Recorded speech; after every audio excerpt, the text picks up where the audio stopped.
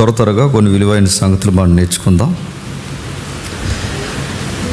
గతించిన వారమే ఈ సంగతులు తేల్చేద్దాం అనుకున్నా, కాకపోతే మనకు టైం సరిపోలేదు. కాస్త వివరణ ఎక్కువ ఉండడం వలన ఈ 2వ వాయిదాకు రావాల్సి వచ్చింది.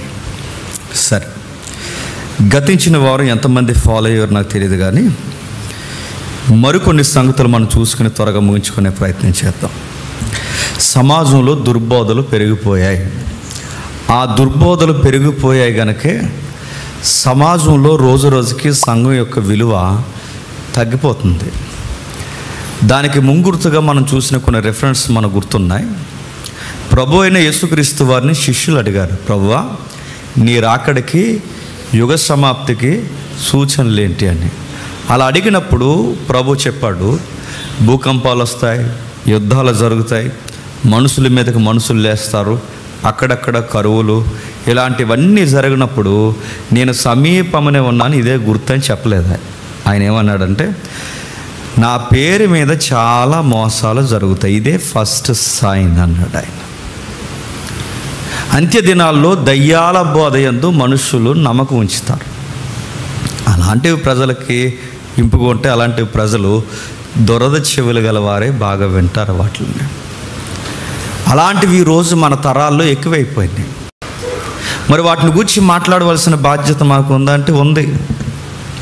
మరి చాలా సంఘాలు ఉన్నాయిగా, అవన్నీ ఎందుకు మాట్లాడవంటే మాట్లాడరు. ఎందుకంటే వాళ్ళ రాయితీ రెవెన్యూలు తగ్గిపోతాయని మాట్లాడరు.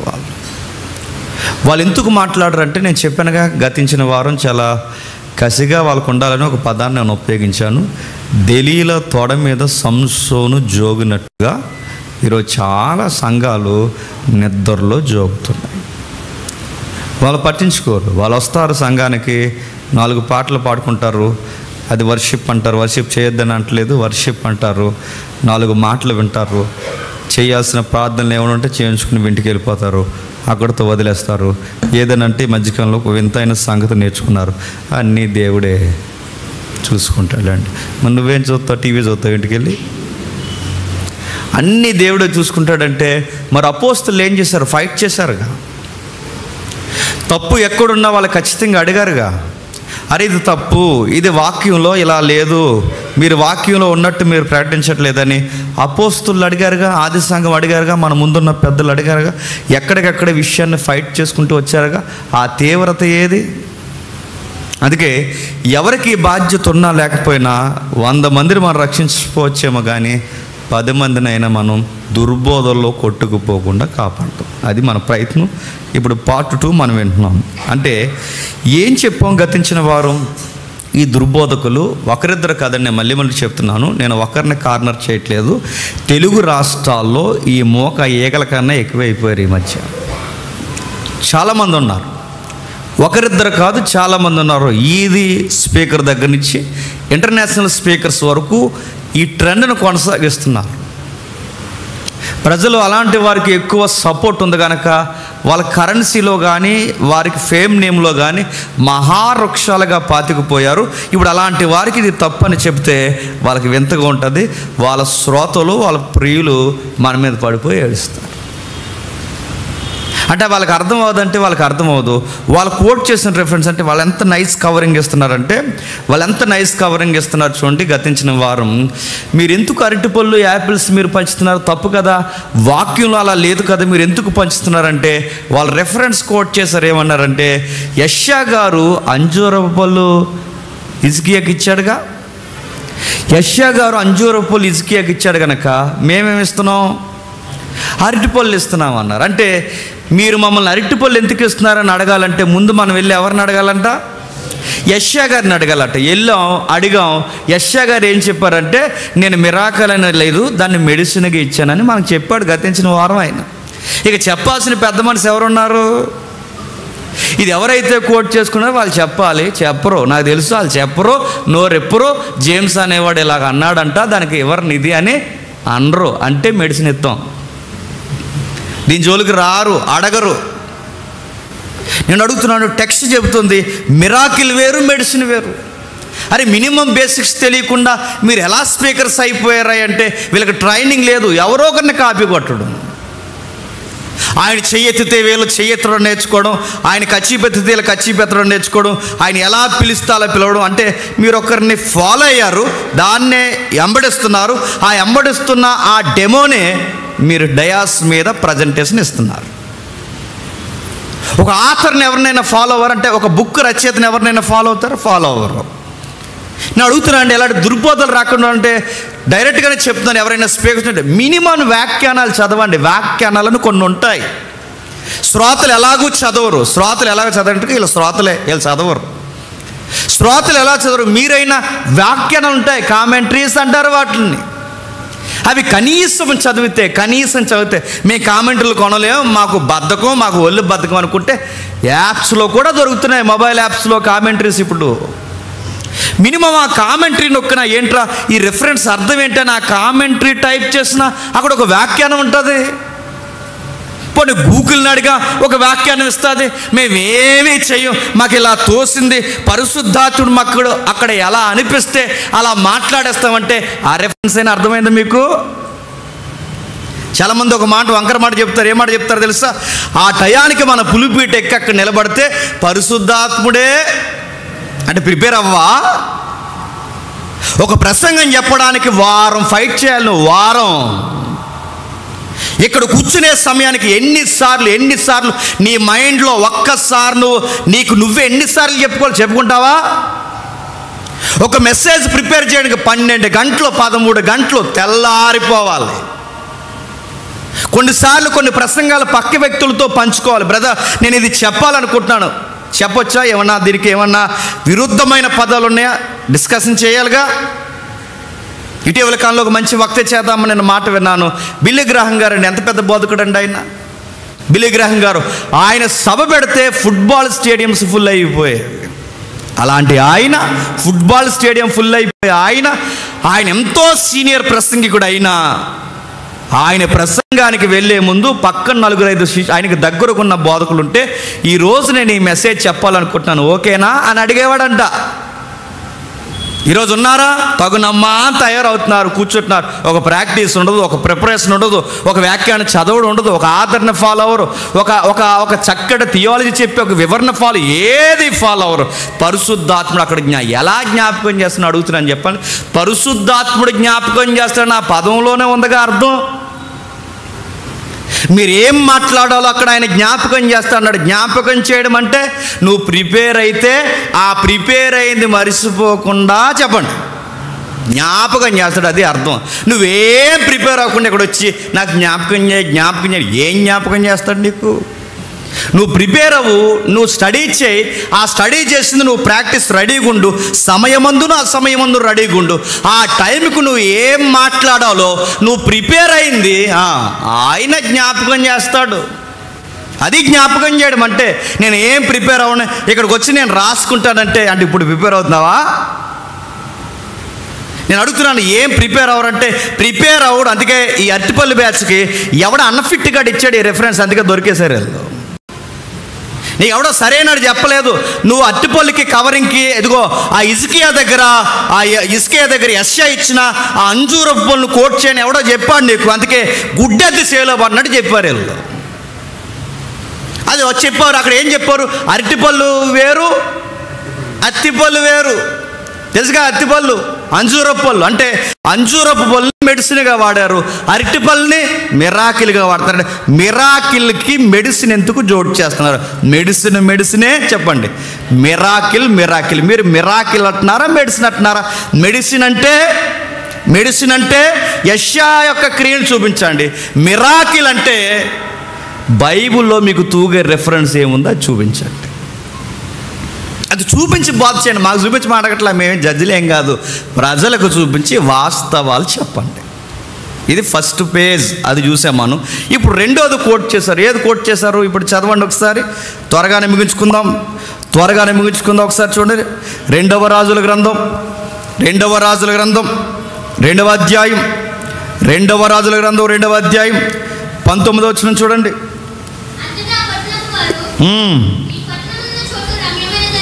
ఈ పట్నం ఉన్న చోటు రమ్యమైనదని అందరూ బైబిల్ చూడాలి. ఎవరు బైబిల్ చూడకపోతే తిక్కలేగిస్తే మళ్ళీ చెప్తున్నాను, బైబిల్ చూడాలి, ఏం చెప్తున్నానో ఖచ్చితంగా మీరు వినాలి. ఓకే,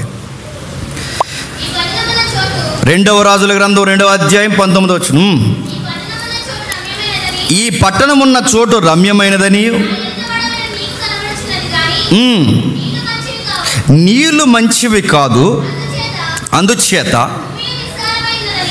భూమి నిస్సారమై ఉన్నదని ఎలీషాతో అనగా, అతడు క్రొత్త పాత్రలో ఉప్పు వేసి నా యొద్దకు తీసుకుని రండి వారితో చెప్పెను. వారు దాన్ని తీసుకొని రాగా అతడు ఆ నీటి యూట యొద్దకు పోయి అందులో ఉప్పు వేసి, యెహోవా సెలవిచ్చినదేమనగా, ఈ నీటిని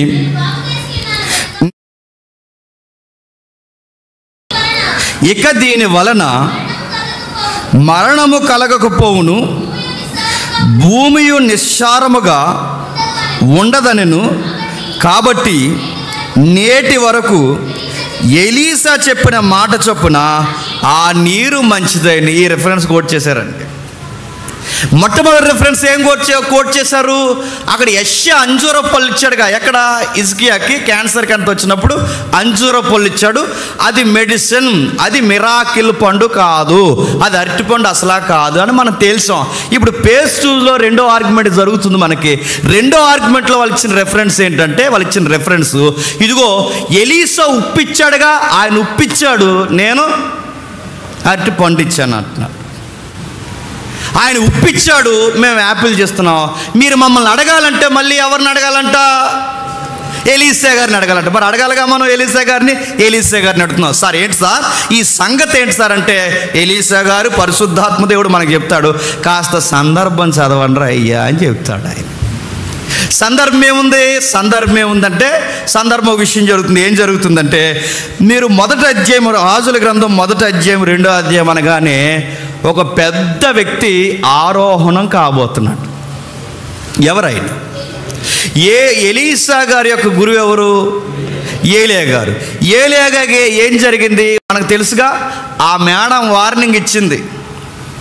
ఆవిడ అదో రకం. ఆవిడెవరు? ప్రపంచంలో దరిద్రులు కూడా ఎవరిదైనా ఉందంటే ఆవిడే. ఎవరు? యెజబెలు. ఏమంది? ఒక పెద్ద ఫైట్ జరిగిందిగా. ఫైట్ ఏం జరిగింది మనకు తెలుసు. బహిరంగ సవాల్ ఇస్తున్నాడు ఏలియా. ఏయ్, ప్రజలు 2 పడల మీద తిరగడానికి వీలు లేదు. ఉంటే యెహోవా, లేదు బయలు. బయలా యెహోవా, ఓపెన్ డిబేట్, తేలిపోవాలన్నాడు అంతే. ప్రజలందరూ వచ్చారు, తేల్చేస్తాను ఈరోజు, కడిగేస్తాను ఈరోజు అన్నాడు అంతే. పెట్టమన్న డిబేట్. ఇదిగో, మీ దేవుడు సత్యమైతే ఆకాశం నుంచి మెరుపొచ్చి బొగ్గుమని బలిపేట మీద ఉన్న ఈ గంధకాలని, బొగ్గుమని ఈ మాంసాన్ని అగ్ని గంధకాలు ఆహుతి చేయాలి, మెరుపు రావాలి. మీ దేవుడు అయితే, మా దేవుడు ట్రూ అయితే మా దేవుడు మెరుపు పుట్టిస్తాడు. మీ దేవుడు సత్యమైతే మీ దేవుడు పుట్టిస్తాడు. ఇది ఓపెన్ ఛాలెంజ్. రెడీయా అన్నారు. రెడీయా అని తగునమ్మా అని 400 800 మంది అష్టోరత ప్రవక్తులు, బైబిల్ ప్రవక్తులు తయారైపోయారు. సింగిల్గా ఒకడు ఉన్నాడు ఒకవైపు. ఎవరు చెప్పండి? ఫైట్ చాలా ఫైర్గా జరిగింది. ఫైట్ జరుగుతుంది. ఎందుకంటే తేలిపోవాలి ఈరోజా మీరా నేనా అని. ఆ ఫైట్లో రకరకాల వార్నింగ్స్. వర్షిప్ జరుగుతున్నాయి. వర్షిప్ మీకు తెలుసు. ఆ వర్షిప్ ఏం చేస్తున్నారు? రా దేవుడా, రా రా రా రా రా రావట్లేదాడు. రా, వచ్చి మెరుపు పుట్టించి రా రా రా, బయలు రా, బయలు రా ఉంటూ వస్తాడు. ఎక్కడున్నాడు? రాలేదాడు.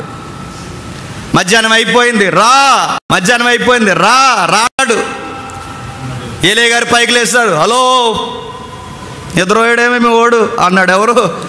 ఆ మాటలు ఉన్నాయి అక్కడ. హలో, మీ వాడికి సిగ్నల్స్ అందట్లేదేమో, నెట్వర్క్లో లేడేమో, లేపాల్సి ఉందేమో, ఇంకా పుండి మీద కారం చల్లినట్టు. అసలే అక్కడ జవాబు రావట్లేదు. ఆ వర్షిప్ చేస్తున్నారు. వర్షిప్ మీరు చూస్తున్నారుగా, వర్షిప్ చేస్తున్నారు. ఆ వర్షిప్ రా, బయలు రా రా రా ఆడు రావట్లేదు. ఈ లోపల ఏలియా గారు వచ్చాడు. రాడు అన్నాడు. అన్నాడు. నిద్రపోయాడేమో, లేపాల్సి ఉందేమో, సిగ్నల్స్ అందట్లేదేమో, గొడవ రచ్చన చేశారు. ఏలియా గారి మాటలకి ఇంకా టెంపర్ వచ్చింది వీళ్ళకి. ఇంకా వర్షిప్ పెంచండి, స్పీడ్ పెంచండి అన్నారు. అంతే, స్పీడు రాడాడు. ఏం చేశాడు? ఆ తర్వాత మనకి పాత బ్లాక్ అండ్ వైట్ సినిమాలు చూసేవాళ్ళంగా. వీడియో ఉందనుకుంటా తమ్ముడు, అవుతుందా? వేద్దామా? రా రా అని చాలా ఫైట్ జరుగుతుంది, చాలా విషయాలు జరుగుతున్నాయి. ఆ జరుగుతుంటే వీళ్ళందరూ రకరకాల ప్రయత్నాలు చేస్తున్నారు. ఏం చేస్తున్నారు? ఒకసారి మొదటి రాజుల గ్రంథం రండి. మొదటి రాజుల గ్రంథం 18వ అధ్యాయం. మొదటి రాజుల గ్రంథం 18వ అధ్యాయం చూద్దాం. మొదటి రాజుల గ్రంథం మన దేవుడు ఎంత పౌరుషం కలిగిన వాడో. కొంతమంది పిరికి సన్నాసులు ఉన్నారు క్రైస్తవంలో. ఆ సన్నాసిగాళ్ళకి తెలియాలి ఇది. నేను కావాలని అంటున్నాను. సన్నాసిగాళ్ళు, సిగ్గులేనోళ్ళు, సీము నెత్తురు లేనోళ్ళు, ఏది జై అంటే అది జై అంటున్నారు. సిగ్గులేని సన్నాసి, అన్నం తింటున్నారు, గడ్డి తింటున్నారు, తెలియదు. అలాంటి వాళ్ళందరూ చూడాలి. ఇది ఏం జరుగుతుందో చూడండి. ఏం జరుగుతుందో అక్కడ మాట్లాడుతున్నాడు చూడండి. 18వ అధ్యాయం 28వ వచనం. 18వ అధ్యాయం 28వ వచనం.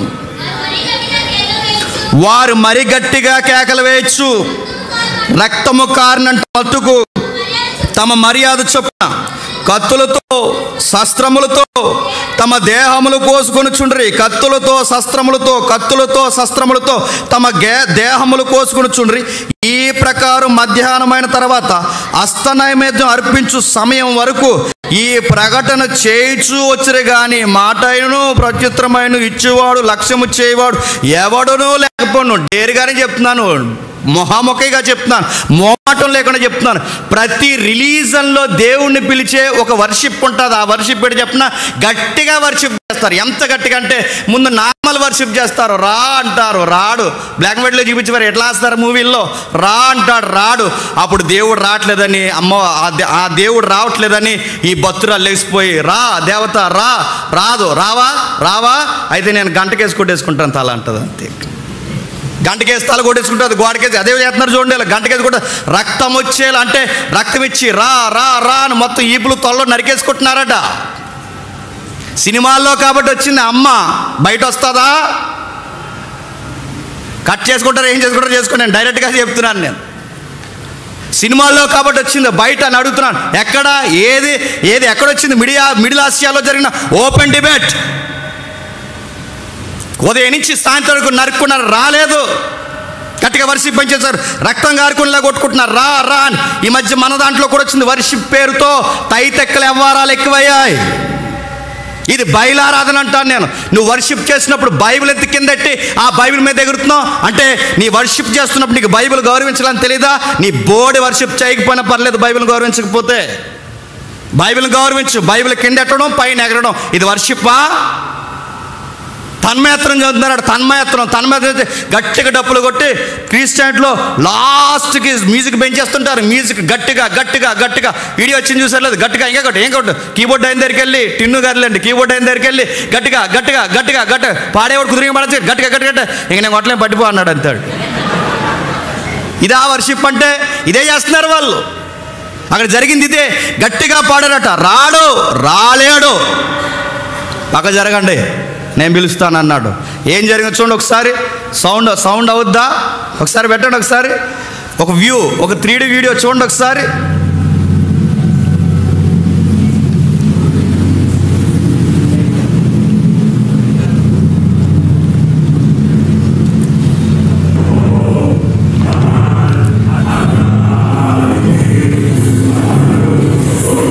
వర్షిప్ అది.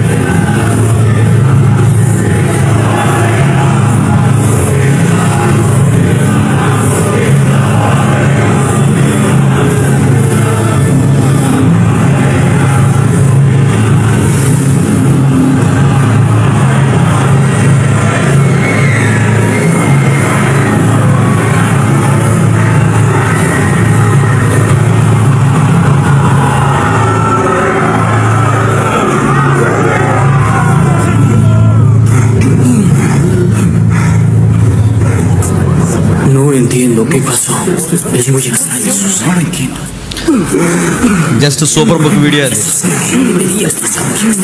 నిజంగా దాని మీద నిజంగా చెప్తానండి, దాని మీద సరిగ్గా రియాలిటీ ఏంటో తీస్తే అసలు దేవుని కార్యాలు ఏంటో అర్థం అవ్వాలి. అది సూపర్ బుక్ మనకి ఎలా ఉంది.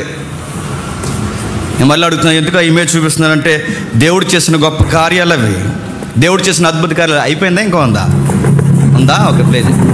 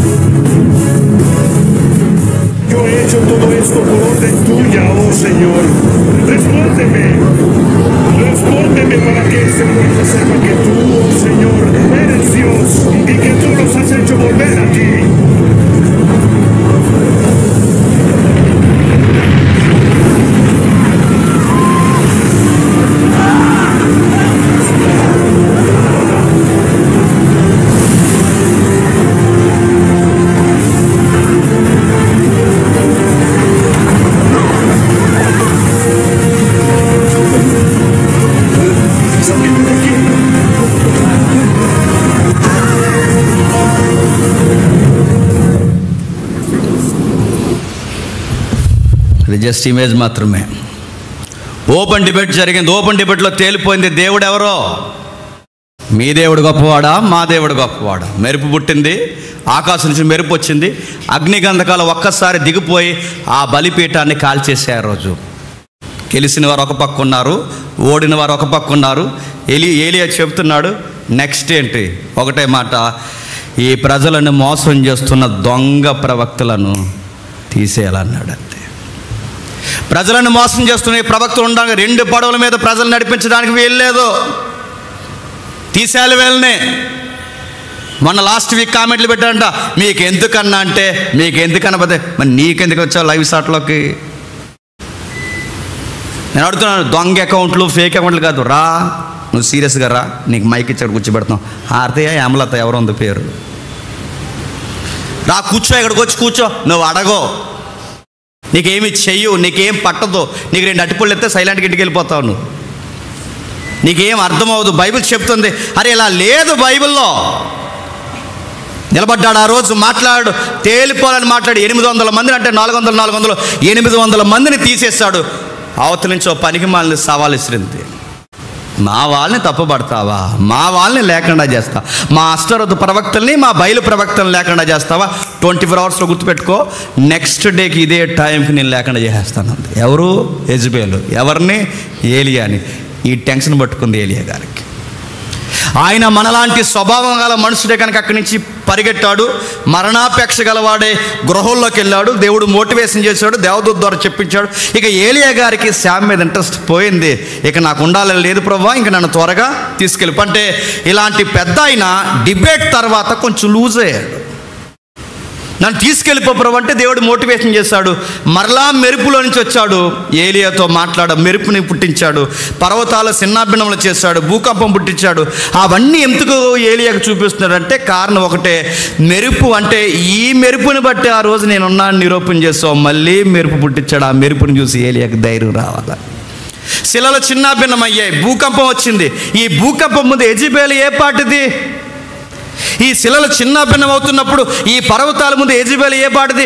ఇది ఇండైరెక్ట్గా మెసేజ్ ఎవరికి ఇస్తున్నాడు చెప్పండి? దేవుడు ఏలియాకి మోటివేషన్ ఇస్తున్నాడు. కానీ ఏలియా గారికి ధైర్యం రాలేదు. ఒక మాట అన్నాడు ఆయన, ఏమన్నాడంటే మహారోసం గలవాడినే. చెప్పండి, నేను ఒక్కడనే ఉన్నాను అంటున్నాడు. ఈ మాట నేను అనకూడదు, ఒక అడుగు ముందుకేసి అడుగుతున్నాను.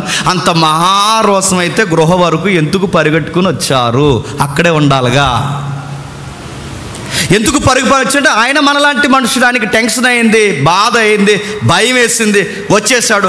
కానీ ఆయన ఏం చెప్తున్నాడంటే మహారోసం గలవాడిని ఒక్కడు ఉంటప్పుడు దేవుడు చెప్తాడు, అలా అనకు, ఇంకా బయలునొక మోకాల్లో ఉన్నవారు ఇంకా నాకు చాలామంది ఉన్నారు. నీ వ్యూలోనే చూడకు, ఇంకా 1000 మంది ఉన్నారు బయలుకి మొక్కనది. నేను ప్రిపేర్ చేస్తున్నాను, నువ్వు రెడీ అవ్వట్లేదు. ఈ టైంలో నీకు రిటైర్మెంట్ దగ్గర అయిపోయింది, మరొక అబ్బాయికి పోస్టింగ్ డిసైడ్ అయిపోయింది. ఆ అబ్బాయి పేరే చెప్పండి, ఎలీసా. ఇది పేరు. నీకు రిటైర్మెంట్ దగ్గరకు వచ్చింది, ఇదిగో ఎలీసాకి పోస్టింగ్ రిటైర్ అయ్యారు, ఎలీసాకి పోస్టింగ్ డిసైడ్ అయిపోయింది, నీకు రిటైర్మెంట్ దగ్గర అయిపోయింది. ఈ టైంలో దేవునికి ప్రార్థన చేశాడు, ఆ ప్రార్థన నెరవేర్పు తీసుకెళ్ళిపో ప్రభువా అని. ఆ తీసుకెళ్ళిపోయే సందర్భం 2వ రాజుల గ్రంథం 2వ అధ్యాయంలో మనకు కనబడుతుంది. ఏం జరుగుతుంది చూడండి, ఏం జరుగుతుంది. 2వ అధ్యాయం 11వ వచనం నుంచి, వారు ఇంకను వెలుచు మాట్లాడుచుండగా ఇదిగో అగ్ని రథములను అగ్ని గుర్రములను కనబడి వీరిద్దరిని వేరు చేసిన, వీరిద్దరంటే ఎవరు? ఎలీసా ఏలియా. వీరిద్దరిని వేరు చేసెను. అందుకు ఏలియా, అప్పుడు ఏలియా సుడిగాలి చేత ఆకాశమునకు ఆరోహణమాయను. ఎలీసాది చూసి, నా తండ్రి ఇశ్రాయేలు వారికి రథములను రౌతులు అంటే ఆ మాటకు అర్థం ఏంటండి? ఇశ్రాయేలుకి పైలట్, ఇశ్రాయేలుకి మార్గదర్శి, ఇశ్రాయేలుకి ఇదిగో ముంగుర్తు దిక్చూసి నువ్వు వెళ్ళిపోతున్నావు. ఇప్పుడు నువ్వు వెళ్ళిపోతే ఇశ్రాయేల్ని గైడ్ చేసేది ఎవరు? ఇశ్రాయేలుకి రౌతు ఎవరు? ఇశ్రాయేలుకి రథం ఎవరంటే ఇశ్రాయేలు ముందు నిలబడి ఇలా నడవాలి, ఇలా చెయ్యాలని నడిపించే పైలట్ ఎవరు? నువ్వు లేను లోటే. నువ్వు లేకపోతే మరలా ఇశ్రాయేల్ని అంతగా గైడ్ చేసేది ఎవరు? ఇది బాధ ఎలీసా. ఆ టైంలో అప్పటికే శిష్యులు ఎటకారం చేస్తున్నారు. ఎవరిని? ఎలీసానే. ఏమని ఎటకారం చేస్తున్నారు? 3వ వచనం చూడండి. 3వ వచనం, బేతేలులో ఉన్న ప్రవక్తల శిష్యులు, అంటే అప్పటికే ట్రైనింగ్ అవుతున్న ప్రవక్తలు ఉన్నారు, ట్రైనింగ్ పాస్టర్లు ఉన్నారు, వాళ్ళు ఎటకారం చేస్తున్నారు. ఎవరిని? ఎలీసా గారిని. సందర్భం లేకుండా ఉప్పు తెచ్చాను పప్పు తెచ్చానంటే కుదరదు, మొత్తం సందర్భం చదవాలి. సందర్భం ఏంటో సందర్భంలోంచి వాక్యాన్ని చూడాలి. ఉప్పుకి అరటిపళ్ళకి సంబంధం లేదు. సంబంధం లేని వాటికి కలిపితే అడ్డంగా దొరుకుతారు. దేవునికి లెక్క చెప్పుకోవాలి. క్రమానుగతంగా బైబిల్ చదవాలి. ఇదిగో ఇక్కడ ఏం జరుగుతుంది? ఆ శిష్యులు ఎటకారం చేస్తున్నారు. బేతేల్లో ఉన్న ప్రవక్తల శిష్యులు ఎలీసా యొద్దకు వచ్చి, నేడు యెహోవా నీ యొద్ద నుండి నీ గురువును పరమునకు తీసుకొని పోవు, నన్ను నువ్వు వెరుగుదువా అంటే వీళ్ళు ఎరిగితారంటే ప్రవక్తలకి కొన్ని విషయాలు ముందే తెలుస్తాయి. ఈ ప్రవక్తలు కాదు, మళ్ళీ ఫ్యానే వస్తుంది, ఆ ప్రవక్తలు కాదు. నాడుతున్న ప్రవక్తలు అనే కేటగిరీ ఎక్కడ వరకు, ఎంత ప్రవక్త అనే కేటగిరీ దేనికి వర్తిస్తుంది? పునాదని దేనిని అన్నాడు? కొన్ని ఉన్నాయి అయ్యా, థియలాజికల్ స్టడీ అంటారు దాన్ని. ప్రవక్తల భాగం ఏంటంటే ప్యాటర్న్ కనబడుతుంది. ప్రవక్తల కాలం, అపోస్తుల కాలం, ప్రవక్తల కాలం, అపోస్తుల కాలం, ప్రవక్తల కాలం, అపోస్తులు అంటే క్రీస్తు మూలరాయి, ప్రవక్తలు, అపోస్తులు, ఇప్పుడు సువార్తికులు. అని తర్వాత మాట్లాడుకుందాం. అయితే ప్రవక్తలు మాట్లాడుతున్నారు. ప్రవక్తల శిష్యులు ఎలీసా యొద్దకు వచ్చి, నేడు యెహోవా నీ యొద్ద నుండి నీ గురువుని పరమునకు తీసుకొని పోవని ఎరుగువా అని ఎలీసాను అడగగా, నేను ఎరిగితిని, మీరేం కామెంట్ చేయకండి అన్నాడు. నాకు తెలిసి ఇప్పుడు డిస్కషన్ మీతో కాదు, నాకు మా గురువుతో. గురువా నువ్వు ఎక్కడికి వెళ్తున్నావు? ఈరోజు నేను అస్సలు వదలను, ఎందుకంటే నేను ప్రవక్తల శిష్యుల్లో ఒక శిష్యుడిని కనుక నాకు కూడా తెలుసు ఈరోజు రేపు నేను యెహోవా తీసుకెళ్ళిపోతాడని. ఎలీసాకు చెప్తున్నాడు గురువు అయిన ఏలియా గారు, నువ్వు ఎక్కడే ఉండంటే ఈరోజు నేను ఎక్కడికి వదిలి వెళ్ళిపోను, నేను నీతోనే ఉంటాను అన్నాడు. మంచి శిష్యుడండి ఆయన. ఇంకా ఏం జరుగుతుంది? 7వ వచనంలో చూడండి, ఇంకా ఏం జరుగుతుందో. ప్రవక్తల శిష్యులలో 50 మంది దూరం నిలుచుండి చూచుచుండగా, 5వ వచనం చూద్దామా? 5వ వచనం చూడండి. 5వ వచనం, యెరికోలో ఉన్న ప్రవక్తల శిష్యులు ఎలీషా యొద్దకు వచ్చి, నేడు యెహోవా యొద్ద నుండి నీ గురువుని పరమునకు తీసుకొని పోవునని నీవు ఎరుగుదువా అని ఎలీషాను అడగగా, నేను ఎరుగుదును, మీరు ముందు సైలెంట్గా ఉండండి అన్నాడు. ఆయన వెళ్ళిపోతాడని నాకు తెలుసు, మీకు తెలుసు. ఏం జరగబోతుందో నేను ఎదురు చూస్తున్నాను, మీరు ఏం మాట్లాడకండి. ఈరోజు నా గురువుని వదలను. గురువు ఎక్కడికి వెళ్తే అక్కడికి వెళ్తున్నాడు. 7వ వచనంలో ఏం కనబడుతుంది? మరలా ప్రవక్తలో శిష్యుల్లో 50 మంది దూరం నిలుచుండగా వారిద్దరూ యొర్దాను దగ్గర నిలిచింది. అంతటా ఏలియా తన దుప్పటి ఒకటి తీసుకొని నీటి మీద కొట్టగా నీరు అవతలకి యువతలకి పాయలైపోయిన. ఒకసారి మీరు ఊహించండి. మళ్ళీ నేడో రేపు కొత్త ప్రసంగం వస్తుందేమో, ఏలియా అక్కడ దుప్పటి ఉపయోగించాడు, మేము మళ్ళీ ఇంకొకటి ఉపయోగిస్తున్నాం అనకండి. మీకు డ్రైనేజీలు కూడా పాయలు అవ్వవు అని మళ్ళీ చెప్తున్నాను. ఏలి అక్కడ దుప్పటి పోయించాడు. మేము ఏదో ఒక ఆబ్జెక్ట్ ఉపయోగిస్తామంటే ఆబ్జెక్ట్ ప్రతి దానికి కాజ్ ఉంది, కాజ్ అండ్ ఎఫెక్ట్ ఉంది. అది నీకు టెక్స్ట్లో తెలియాలి. ప్రతి దానికి కలిపేసుకుంటే కుదరదు. నెక్స్ట్ కిందకి వెళ్ళారు. విషయం జరిగింది. ఏలియా వెళ్ళిపోతున్న వైను ఆయన చూశాడు, బాధపడుతున్నాడు. అయ్యా నువ్వు వెళ్ళిపోతే తర్వాత ఎవరు? దుప్పటి కింద పడింది.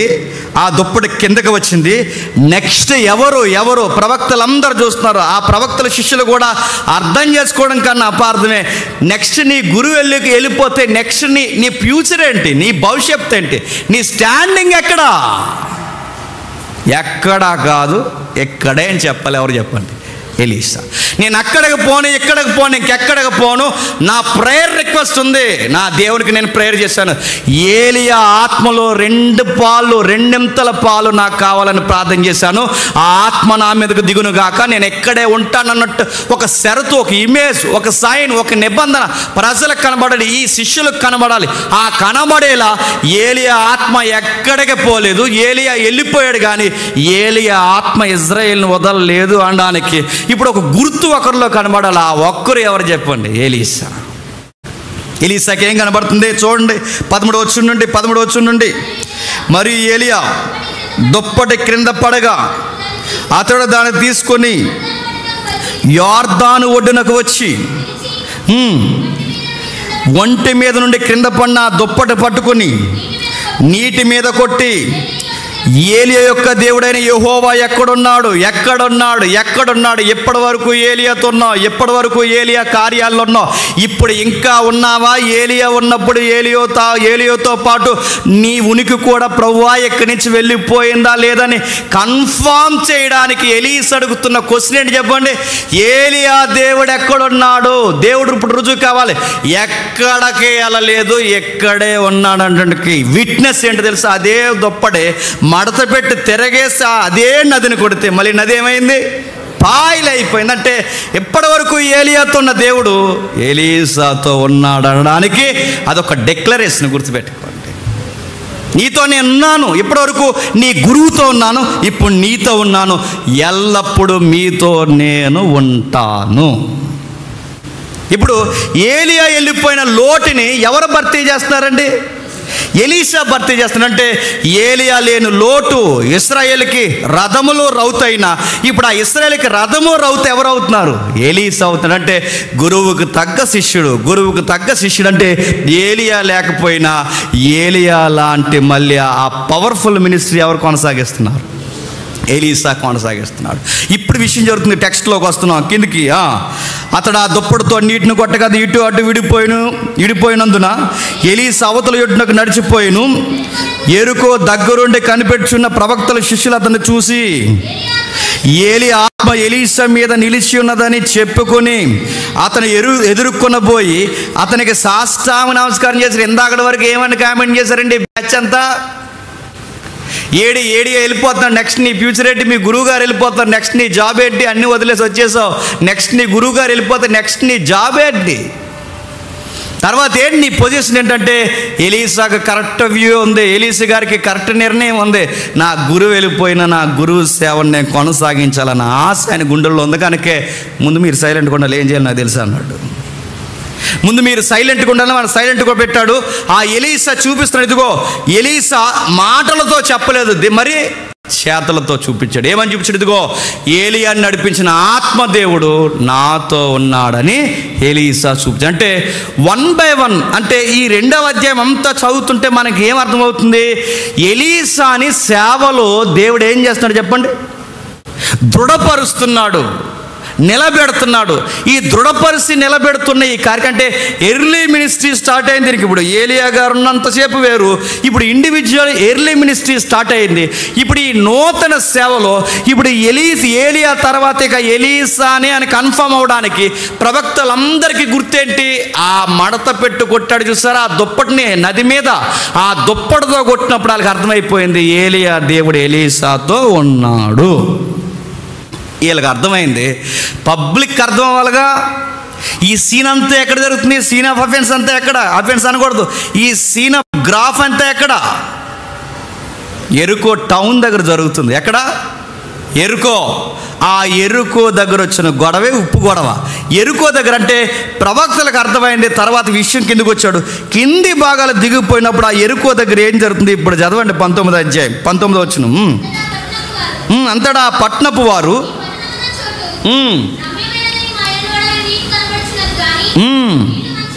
ఏంటట, ఆ పట్టణపు వారు ఈ పట్టణమున్న చోటు రమ్యమైనదని మా ఏలినవాడైన నీకు కనబడుచున్నది. కానీ పట్టణపు వారంటే ఏ పట్టణపు వారండి వీళ్ళు? ఎరుకో పట్టణపు వారు. ఎరుకోని గురించి ఆలోచిస్తున్నప్పుడు ఆవిడ గురించి తెలుసుగా, బిఫోర్ లాస్ట్ వీక్ అంతకుముందు మనం విన్నాం ఆవిడ గురించి. ఎవరు ఆవిడ? ఆదామా? రాహాబు కోసం విన్నాం. అంటే రాహాబు గారు ఊరిదే. ఏ ఊరు? ఎరుకో. ఆ ఎరుకో దగ్గర జరుగుతున్నాయి సీన్లు అండి. అంటే రాహాబు గారు టైం లైన్లో ఏదో జరిగింది, ఆ జరిగిన ఎఫెక్ట్ మళ్ళీ ఇక్కడ రికార్డ్ చేయబడుతుంది. ఏం జరిగింది ఆ టైంలో? ఎరుకో పట్టణస్తులు అందరూ వచ్చి, అయ్యా మా టౌన్, ఆ ఇమేజ్ చూపించముడు, మా టౌన్ చూడడానికి బాగానే ఉంది కానీ, మా పట్టణం చూడడానికి బాగానే ఉంది కానీ మా భూసారంలో ఉన్న నీళ్ళు బాగోవు, మాకు మంచి నీళ్ళు ఏవి లేవయ్యా, అసలు నీళ్లు పడవు మాకు. ఒకవేళ నీళ్లు పడిన వృక్షాలు పండవు, పంటలు పండవు, జంతువులు ఏనవు. బాగా వినండి, జంతువులు అవి గర్భస్రావం అంటే గర్భాలు దాల్చవు. జంతువులే కాదు, చివరికి మా స్త్రీలు కూడా గర్భాలు దాల్చరు. ఈ యొక్క చరిత్ర లేదా ఈ బాధలన్నీ ఎరుకో పట్టణస్తులు ఎదుర్కొన్నారట. ఈ చరిత్ర బయట నమోదు చేయబడింది. మరి ఇక్కడ లేదు కదా జంతువులు గర్భాలు రాలేదని, అలాగే ఇంకెవరికి స్త్రీలు కూడా గర్భాలు రాలేదని, ఆ వాటర్ ప్రాబ్లం వల్ల పంట వృక్షాలు నష్టపోయాయని ఎక్కడ లేదు కదంటే, యూదులకు చరిత్రకారుడు ఒక ఆయన ఉన్నాడు. ఎవరైనా? జోసఫస్ అంటారు. యూదుల చరిత్రకారుడు ఎవరు? జోసఫస్ ఏమని చెప్పాడు చూడండి. ఈ టెక్స్ట్ని అక్కడ రికార్డ్ చేస్తూ ఆ టెక్స్ట్లో మనకు రాశాడు. చరిత్రలో వాళ్ళ ఊర్లో ఏం జరుగుతుంది అక్కడ రాశాడు జోసఫస్. అది చదవండి. చదువుతాం ఒకసారి. నేలను నిర్మానుష్యముగా మరియు ఫలించినదిగా చేసిన జలాలు అంటే అక్కడ భూగర్భంలో ఉన్న నీళ్ళు ఏం చేసేట, భూమిని నిస్సారంగా హిస్టరీ. జోసఫస్ చెప్పిన హిస్టరీ ఇది. యూదుల చరిత్రకారుడు చెప్పిన చరిత్ర ఇది. నేను రాసుకుని వచ్చిన చరిత్ర కాదు. జోసఫస్ అనే చరిత్రని ప్రతి చరిత్రకారుడు అంగీకరిస్తారు. ఆయన చెబుతున్నాడు ఆ ఏరియాలో ఎరుకోలో నీళ్లు, భూగర్భపు జలాలు ఎలా ఉండేవంటే, చదువు. చెట్లు దాని వల్ల వాటి పండ్లను గర్భస్రావం చేస్తాయి. అయితే అవి స్త్రీలు మరియు జంతువులకు. ఇవి ట్రాన్స్లేషన్ భాష కనుక అలా ఉంది. ఇంగ్లీష్ తెలుగు డబ్బింగ్ అయితే అలా ఏడిసింది. ఏదో అర్థం చేసుకోండి. చెప్పండి, చదవండి. అయితే అది స్త్రీలు మరియు జంతువులకు కూడా గర్భస్రావం అయ్యేలా చేసిందని జోసఫస్ చెప్పాడు. ఎవరు చెప్పాడు? జోసఫస్ అంటే ఎవరండి? చరిత్రకారుల్లో పేరు మోసిన చరిత్రకారులో ఒకడు యూదుల చరిత్రకారుడు జోసఫస్.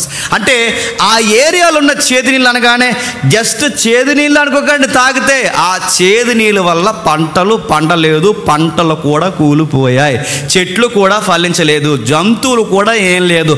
చాలా కాలం నుంచి ఆ ల్యాండ్ మీద ఉన్న స్త్రీలకి పిల్లలు పుడతలేదు. ఆ నీరు వల్ల అంత ఎఫెక్ట్ అయ్యారు వాళ్ళు. ఇప్పుడు ప్రశ్న, అంత ఎఫెక్ట్ ఎందుకయ్యారు? ఆ ల్యాండ్ మీద శాపం ఉంది. ఎవరు పెట్టారు ఆ శాపం? యెహోషువ పెట్టాడు. ఎవరు పెట్టారు? యెహోషువ. ఎక్కడ ఒకసారి చూడండి. యెహోషువ గ్రంథం చూద్దాం. యెహోషువ గ్రంథం 6వ అధ్యాయం. యెహోషువ గ్రంథం 6వ అధ్యాయం 26వ వచనం. యెహోషువ గ్రంథం 6వ అధ్యాయం 26వ వచనం. త్వరగా జనుల చేత శబదము చేయించి, ఎవడు ఎరుకోను డెవలప్ చేయాలన్నా, ఎరుకోకి ఆ ప్రారంభంలో కనబడుతున్న అది ఉంటుందిగా, ఆర్చ్ పెట్టాలని ఎవడైనా చూసినా, ఎరుకోలో కొత్త కనెక్షన్లు, కొత్త రూలింగు, కొత్త దళసరి ఆదాయం ఎవడన్నా లీడ్ చేయాలని వస్తే వాడి ఫ్యామిలీ ఎగిరిపోద్ది. ఇది అంటే ఈ శాపం ఈ టౌన్కి ఎప్పుడుందండి?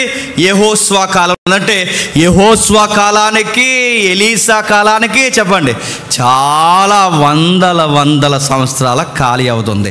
అప్పటి నుంచి ఆ భూమి ఏం వస్తుంది? శాపం వస్తుంది. అందుకే ఆ టౌను చూడడానికి టౌన్ బాగుంటుంది, కానీ అక్కడ సారవంతమైన నీళ్లు దొరకవు. అంటే ఎలీషా యెహోషువ కాలంలో ఆ ప్రాంతానికి శాపం వచ్చింది. అప్పటి నుంచి వాళ్ళకి చాలా ఒడిదుడుకులు ఎదుర్కొన్నారు, శ్రమలు ఎదుర్కొన్నారు. వాళ్ళకి పంటలు పండట్లేదు, పిల్లలు పుట్టట్లేదు. ఇలాంటి టైంలో ఇదంతా దేని వల్ల జరుగుతుందంటే వాళ్ళకి తెలుసు, మనకు సరి అయిన నీళ్లు దొరకట్లేదు. ఇవి సేదు నీళ్ళు సార్, మా ఊరు చూడడానికి బాగుంటుంది కానీ మా నీళ్ళు మాత్రం బాగోవు సార్ అంటే దేవుడు వారి మొరకి జాలిపడ్డాడు. మొరకంటే ఎలీషా యెహోషువ వలన వచ్చిన శాపం మరలా ఆ శాపాన్ని ఎవరి ద్వారా తీసేస్తున్నాడండి?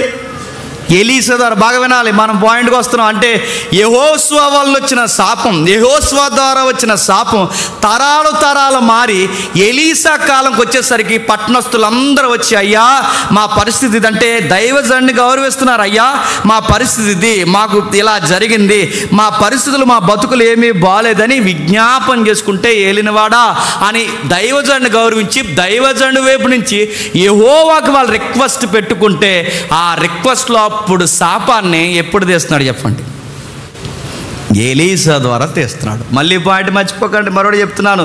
ప్రవక్తలందరికీ ఏలియా తర్వాత ఎలీషా అని డిక్లేర్ అయిపోయింది. బాగా వినాలి, ప్రవక్తలందరికీ ఏలియా తర్వాత ఎలీషా అని కన్ఫర్మ్ అయిపోయింది.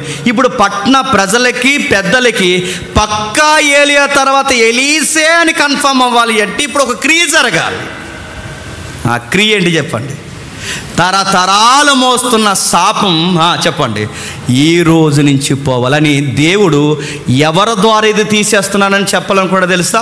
ఎలీషా ద్వారానే. అంటే ఈ ఉప్పు కలిపి, అంటే మీ నీళ్ళలో ఒక కూజాన్ని తీసుకురండి, అందులో నీళ్లు పట్టండి, ఆ కూజాలో ఉప్పు కలపండి, ఆ ఉప్పు నేను అక్కడ కలుపుతాను, మీవి శుద్ధ జలాలు వస్తాయి అన్నాడు. నేను అడుగుతున్నానండి, ఇది ఎలీషా సొంతంగా చేశాడా, యెహోవా చెబితే చేశాడా? అది క్లియర్గానే ఉంది. ఎలీషా సొంత ప్రయత్నమే కాదు. ఎందుకంటే ఈ మాట ఎందుకు నేను నొక్కు చెప్తున్నానంటే, ఎలీషా చెప్పకపోయినా చేశాడా? చెబితే చేశాడు. నువ్వే చెప్పకుండా చేస్తున్నావు. ఆయన చెప్పకపోయే చేయలేదు, ఆయన చెబితేనే చేశాడు. ఎలీషాకి చెప్పాడు క్లియర్ కట్గా.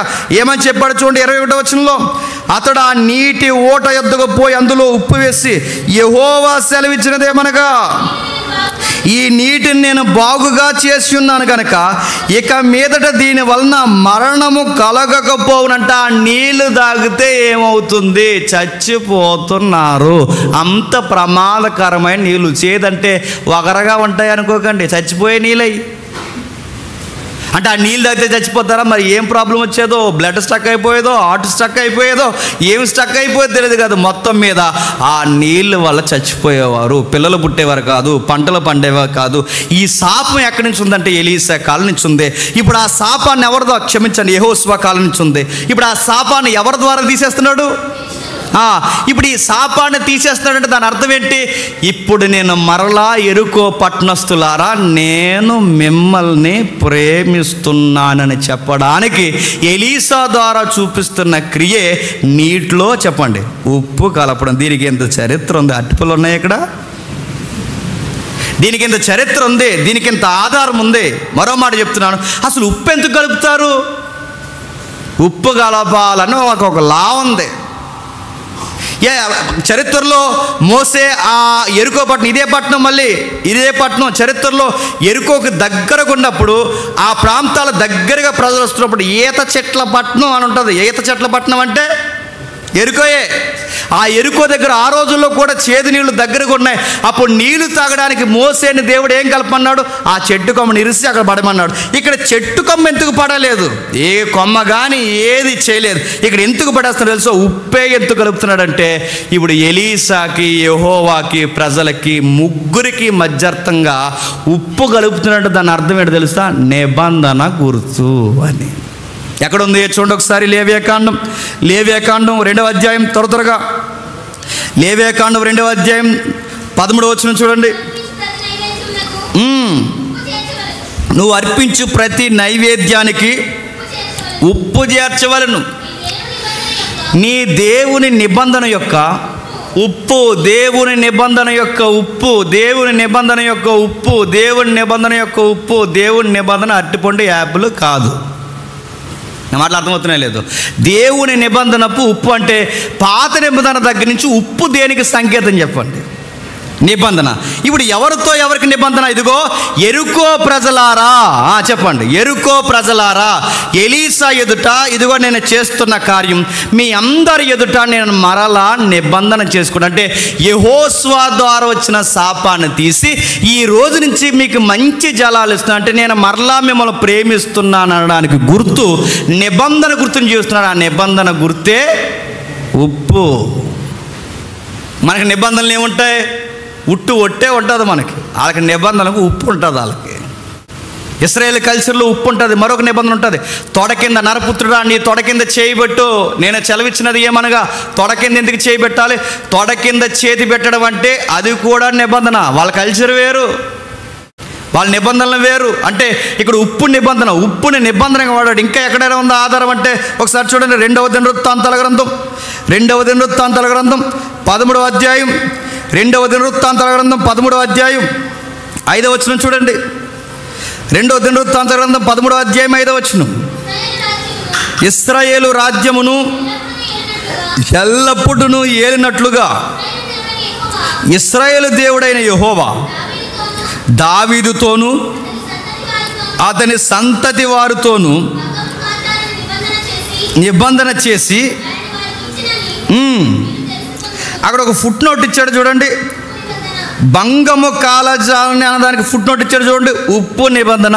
దావీదుతో ఇశ్రాయేలుతో కూడా నిబంధన చేసుకున్నప్పుడు ఇంకా నేను మిమ్మల్ని ఏమీ అనను, మిమ్మల్ని మంచిగా చూస్తాను, మిమ్మల్ని హతులు కాకుండా చూస్తాను అనడానికి నిబంధనకి ఏం వాడుతున్నాడండి? ఉప్పు. మాటలు అర్థమవుతాయి. అంటే ఉప్పు కలుపుతున్నాడంటే ఇక్కడ దాని అర్థం ఏంటి? బైబుల్ ఏ కామెంటరీ చదివిన అర్థమవుతుందండి, ఏ చిన్న కామెంటరీ చదివిన అర్థమవుతుంది. అంటే వీళ్ళ కామెంటరీలు చదవరు, ఏది తోస్తే చెబుతారన్నమాట. అన్ని కామెంటరీలు రైట్ అని నేను చెప్పట్లేదు, మెజారిటీగా అందరూ అంగీకరించే కామెంటరీలు ఉన్నాయి, అవి చదివిన అర్థమవుద్ది. ఉప్పు దేనికి గుర్తు అంటే నిబంధన గుర్తు. ఎందుకు ఇక్కడ నిబంధన జరుగుతుంది? యెహోషువ కాలంలో శాపం వచ్చింది, ఆ శాపాన్ని మళ్ళీ తీసేస్తున్నాను. 2, ఎలీషా మళ్ళీ ఏలియా ప్లేస్లో స్థిరపరచబడుతున్నాడని ప్రజలకు కూడా కన్ఫామ్ అయిపోయేలా రాజుల ఎదుట ఎలా అయితే ఉప్పు నిబంధన జరిగేదో ఇప్పుడు ఎలీషాకి ప్రజలకి ముగ్గురికి నిబంధన గుర్తే చెప్పండి, ఉప్పు కలపడం. నిజానికి ఒక మాట చెప్తున్నాను, ఉప్పులో ఏమన్నా మిరాకిల్ ఉందా? ఇప్పుడు బాలేని నీళ్ళు ఉప్పు కలిపితే ఇంకేమవుద్దండి? ఇంకా నీళ్ళు పాడైపోతుంది. ఇప్పుడు బాలేని బాటిల్ తెచ్చింది, 1 కేజీ ఉప్పు కలిపాను అనుకోండి, ఎలా ఉంటుంది? ఇంకా దరిద్రం అవుతుంది. ఇప్పుడు అసలే నీళ్ళు బాలినప్పుడు మళ్ళీ ఉప్పు కలిపితే అంటే మిరాకిల్ ఎందులో లేదు చెప్పండి? ఉప్పులో లేదు. ఒకవేళ మిరాకిల్ ఉప్పులోనే ఉంటే ఉప్పు కలిపినట్టే మంచినీళ్ళు అవ్వాలి. ఎక్కడైనా ఉప్పు కలిపితే ఉన్న నీళ్ళు మంచినీళ్ళు అవుతాయా? నీసి మాంసానికి ఉప్పు కలుపుతారేమో కానీ మాంసం పాడవకుండా తాగే ద్రవ పదార్థానికి ఉప్పు కలిపితే మంచిది అవుతాయి. ఇంకా నీళ్లు తాగలేనంత సేదుగా అయిపోతాయి. సముద్రం కెరటాలు కొడుతుంది, ఎక్కడ పడితే అక్కడ నీళ్లు తాగలమా? అంటే ఇప్పుడు మిరాకిల్ ఎందులో లేదు చెప్పండి? ఉప్పులో లేదు. ఉప్పులోనే మిరాకిల్ ఉంటే ఉప్పు కలిపినట్టే వీళ్ళు ఎప్పుడో ఉప్పు కలుపుకుని తాగేద్దరు. అంటే ఉప్పులో లేదు చెప్పండి.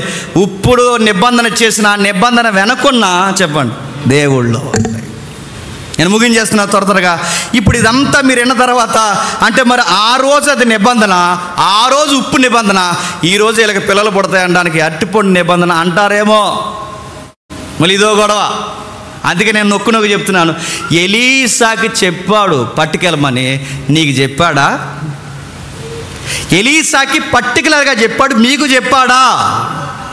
దావీదుకి చెప్పాడు, ఎలీషాకి చెప్పాడు. ఉప్పు సందర్భాల్లో చాలా చెప్పారు, ఇంకా రిఫరెన్స్ ఉన్నాయి. అసలు ఎలీషా లైఫ్లో చాలా ఉన్నాయి. కోట్ చేసుకుంటే వీళ్ళు కోట్ చేసుకుంటే అవి ఏం కోట్ చేయలేదు, అడ్డంగా దొరకడం ఇది ఒకటే కోట్ చేసుకున్నారు. ఇంకా ఉన్నాయి, నేను తీద్దాం అనుకున్నాను కానీ ఎందుకులే మళ్ళీ అంత సాగదీసినట్టు ఉంటుందని. ఇంకా కోట్ చేయడానికి చాలా ఉన్నాయి కానీ అడుగుతున్నాను, ఎలీషాకి యెహోవా చెప్పాడు, మీకు అట్టిపళ్ళు పంచమని యెహోవా చెప్పాడా? అహరోను, మోసే ఆ కర్రను తీసుకోండి అని చెప్పాడు, కర్రను తీసుకోమని చెప్పాడు, ఉప్పుని తీసుకోమని చెప్పాడు. ప్రతి దిక్కున ఏదో ఒక సందర్భంలో దేవుడు చెప్పాడు. కొన్ని విషయాలు ప్రవక్తలు సొంతంగా వాడితే కొన్ని మెడిసిన్గా వాడారు. ఈ క్లారిఫికేషన్ ఎక్కడెక్కడికే మనకు ఉందగా. నేను అడుగుతున్నాను, మమ్మల్ని కూడా తీసుకోమన్నాడంటే నేను అడుగుతున్నాను, ఎలీసాతో పోల్చుకోవడానికి ఏలియా గారు మీ ముందు గురువు గారు ఎవరైనా ఉన్నారా? ఒక సందర్భం అప్లై చేసుకున్నామంటే అన్నీ అప్లై అవుతాయి కదండి. అందుకే నేను త్వరగా ముగించేస్తున్నాను. 2వ అధ్యాయం 19 వచ్చిన చదవండి. అంతటా పట్నపు వారు నా ఏలిన వాడైన నీకు కనబడుచున్నది కానీ నీళ్లు మంచివి కాదు, అందుచేత భూమియు నిస్సారమై ఉన్నది. ఎలీసాతో అనగా కొత్త పాత్రలు ఉప్పు వేసి, ఒక వ్యాఖ్యానకర్త ఇలా అన్నాడు, కొత్త పాత్రను ఎందుకన్నాడంటే ఇప్పుడు కొత్త పాత్రను నేనే అని సింబాలిక్గా చెప్పడానికని కూడా అన్నాడు. అది జస్ట్ వ్యాఖ్యానమే, అది తీసుకోండి తీసుకోకపోండి. కానీ మనకు కావాల్సింది ఇదిగో కొత్త మినిస్ట్రీ, కొత్త పాత్ర, కొత్త నిబంధన. మీ పాత రోత జీవితాలిక దేవుడు పూర్తిగా మార్చేస్తాడు. యెహోవాయే నీళ్ళు ఇస్తున్నాడు, మీరు బయలు వలన జీవింపబట్టలేదు. యెహోవాయే ఏకైక దేవుడు, ఎందుకంటే మాత్రమే అని చెప్పాడు. ఇప్పుడు చెప్పండి, దీని వెనకాల ఎంత చరిత్ర, దీని వెనకాల ఎంత నేపథ్యం, దీనికి ఒకదానికొకటి ఒక ప్రవచనం, ఒక శాపం, విడుదల ఇంత ఉంది ఉప్పుకి సంబంధించి. ఇదేమీ ఆలోచించకుండా ఎలీసా ఉప్పు కలిపాడు కనుక నేను ఉప్పు కలిపానంటే ఇప్పుడు గర్భాల్లో ఉన్న వాళ్ళందరూ శాపాలతో ఉన్నారనా? ఏమని కంపేర్ చేయాలి అంటే దేన్ని ఎలా కంపేర్ చేసుకోవాలంటే వీళ్ళు తరతరాలుగా శాపాలు మోస్తున్నారనా? ఏమనుకోవాలి దాన్ని ఏమని కంపేర్ చేయాలి? అందుకే మీకు రెఫరెన్స్ కంపేర్ చేసే ముందు 100 సార్లు ఆలోచించండి. టైం అయిపోయింది, మనకి 3వది ఉండిపోయింది. ఆయన గురించి ఇంక కంపేర్ చేయడం అనవసరం లేదు, ఎందుకంటే దేవుడితో ఆయనకు పోలిక మంచిది కాదు. ఆయనకంటే ఈ మిరాకిల్ బోధలకి 3వది ఏం కోట్ చేశారంటే యోహాను సువార్త 9వ అధ్యాయం చూడండి. యోహాను సువార్త 9వ అధ్యాయం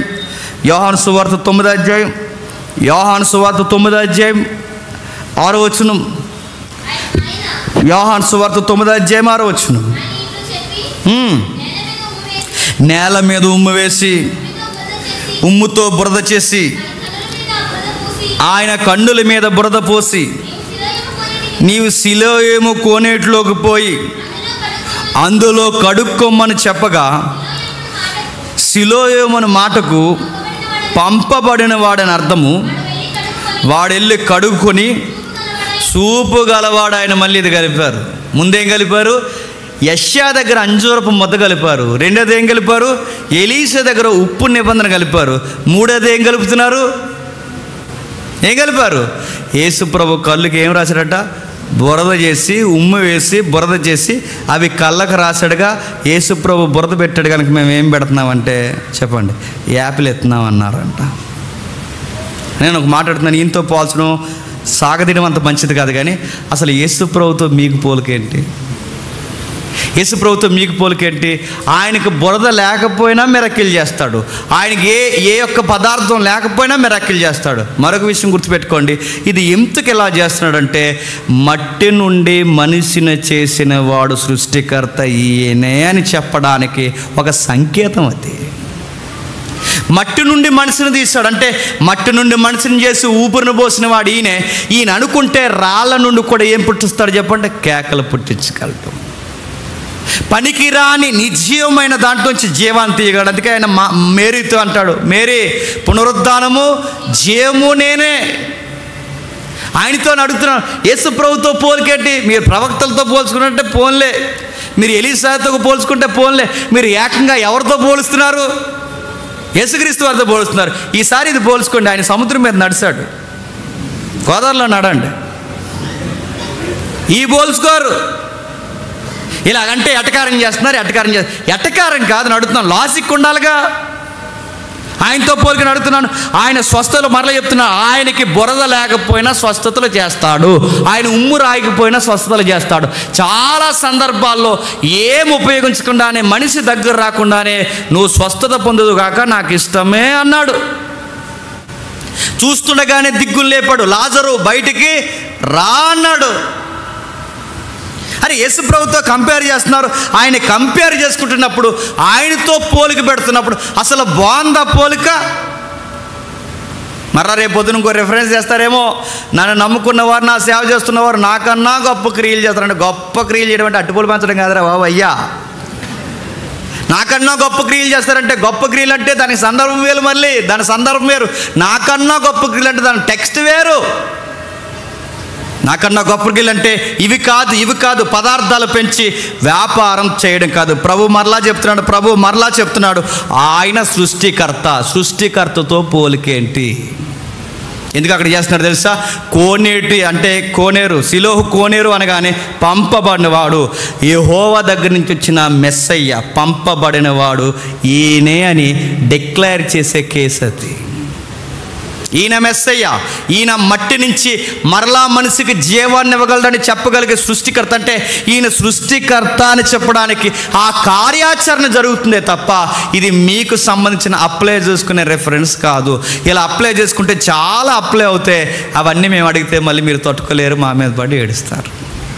అందుకే నేను చెప్తున్నాను, యెషయా మీకు సంబంధం లేదు, ఎలీషా ఉప్పు నిబంధన మీకు సంబంధం లేదు. ఎందుకంటే అసలు ఎరుకోకి నీళ్ళకి మీకు ఈరోజు అట్టుపొలికి సంబంధం లేదు. నెక్స్ట్ ఇక్కడ ఈ కోనేరు దగ్గర ఇక్కడ జరుగుతున్న ఆ సృష్టికర్త కార్యాలకి మీరు చేస్తున్న కార్యాలకి సంబంధమే లేదు. ఇప్పుడు చెప్పండి, పిల్లలు ఎలా పుడతారన్నా అని మీరు అడిగితే నిబంధన చేసుకున్న తల్లులకి పుడతారు. నిబంధన అంటే ఏదో ఒక మాట ఇవ్వండి, ఏమో దేవుడు మీ నుంచి ఏం కోరుకుంటున్నాడు నాకు తెలియదు. నేను లాస్ట్ వీక్ కూడా చెప్పాను, మీరు ప్రత్యేకం దేవునికి. చాలామంది కనీసారు దేవుడు చాలామందికి పిల్లల్ని ఇచ్చాడు, కానీ మీకు ఇవ్వకుండా ఆలస్యం చేస్తున్నాడంటే మీ నుంచి ఏదో ప్రత్యేకం కోరుకుంటున్నాడు. ఇంత విన్న తర్వాత మీరు స్వస్థతలు లేవంటారంటే నేను లేవంటలేదు, స్వస్థతలు ఉన్నాయి. అద్భుతాలు దేవుడు మనుషుల జీవితాల్లో చేస్తాడంటే చేస్తాడు. మా కళ్ళ ముందు చాలా అద్భుతాలు మేము చూసాం, చాలా ఘనకార్యాలు నేను చూశాను. నా లైఫ్లో కూడా నేను అద్భుతాలు అనుభవించాను. దేవుడు అద్భుతాలు చేస్తాడు, దేవుడు ఘనకార్యాలు చేస్తాడు, దేవుడు స్వస్థపరుస్తాడు. దేవుడు ఈ రోజుకి యెహోవా రాఫా, ఆయన నిజంగానే స్వస్థపరచు దేవుడు. ఈ భూమి తిరిగినంత కాలము దేవుడు మనుషుల మధ్య అద్భుతాలు స్వస్థతలు జరిగిస్తూనే ఉంటాడు. కానీ గుర్తుపెట్టుకో, మేము చేస్తాము అని వ్యాపారం పెడుతున్నారే, ఆడుతూనే మాకు ప్రాబ్లం. దేవుడు చేస్తాడు, దేవుడు ఘనకార్యాలు చేస్తాడు. దేవుడు నిజముగా వ్యక్తుల ద్వారా జరిగించిన కార్యాలని వాళ్ళ పబ్లిసిటీ చేసుకోరు. ఎందుకంటే ఎక్కడ 2-3 సంఘముగా కూడుకుని ఆయన నామాన్ని కూడుకొని ప్రార్థిస్తారో, ఎక్కడ సంఘ పెద్దలందరూ కూడుకొని నూనె రాసి ప్రార్థన చేస్తారో అలాంటి దగ్గర ఖచ్చితంగా హీలింగ్స్ జరుగుతాయి. దేవుడు గొప్ప కార్యాలు జరిగిస్తాడు. ఇప్పుడు మనకి గొప్ప కార్యాలు జరిగాయి మా సంఘంలో, ఇక హీలింగ్స్ కోసమే మా సంఘం పుట్టిందంటే ట్రాక్ ఏదో తప్పుతుంది, అది అర్థం. నా మాటలు అర్థమవుతున్నాయి లేదంటే స్వస్థతలు ఉన్నాయా? ఉన్నాయి. స్వస్థతలు ఎక్కడ జరగవంటే ఇదిగో ఆ ఫ్లెక్స్ చేసి వ్యాపారం పెట్టి రేపు వచ్చే తారీఖున మాకు అక్కడ ఉంది రండి ఎర్రసున్ని అంటే జరగవు. ఎలా జరుగుతాయి అంటే స్వస్థతలు గుర్తుపెట్టుకోండి, దేవునికి నీకు కొన్ని కమిట్మెంట్లు కావాలి. ఇజ్కి అడిగాడు, దేవా నేను ఎలా బతకాడు నీకు తెలుసు, నాకు కొంచెం ఆయుష్కాలమే కమిట్మెంట్, స్వస్థత వచ్చింది.